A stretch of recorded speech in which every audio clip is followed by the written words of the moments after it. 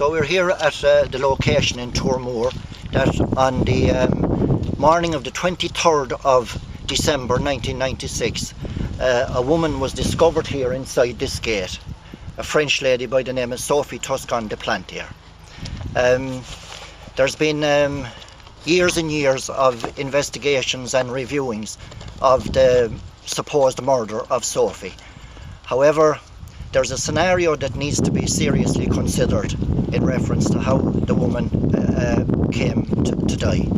And I believe that, or I'm of the opinion myself, that what we know is that the lights were not on in the house when people went to investigate, which leads me to believe that she may have been up in daylight on that morning, and she made her way out here to look at feed horses.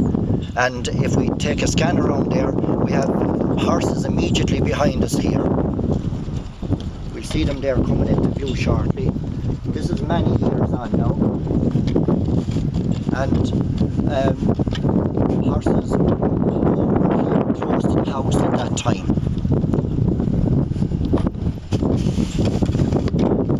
The gate now, and if we take a look in here just beyond the pump house, I'm of the opinion that there was horses in here at that time. Well, we know for a fact there were horses in the fields here, but what I'm saying is that she made her way here. She came down the house, down through the winding laneway, in through this place here, and she commenced to feed the horses up here about central ways up the hillside.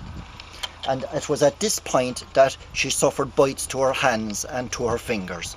However, that being a painful event, she would have made an effort to protect herself, and the horses then, with fright, continued to attack her a bit more and gave some chase. She would have made her way out through the opening here, as far as here, with the horses in pursuit.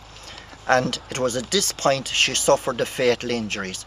If we move over here, it was at this point here then that she was unable to get over the gate.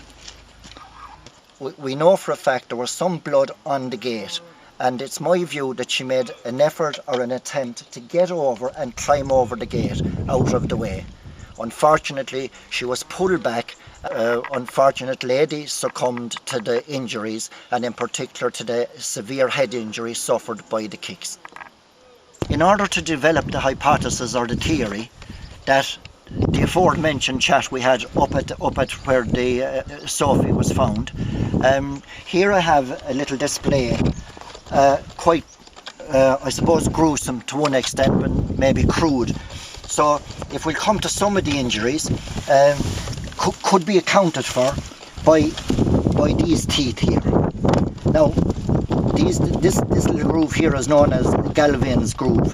It's on both sides, but however, that's not necessary to explain. There's no great significance at the moment.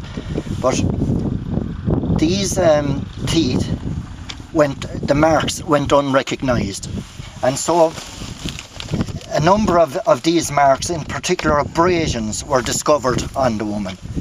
However, the fatal injury was the result of being struck by a horseshoe with very sharp implement indeed, and with the force of a horse. More than likely the animal weighed in the region of 1,000 pounds in weight, and the force delivered by this type of animal can be lethal and has been known to cause many fatalities.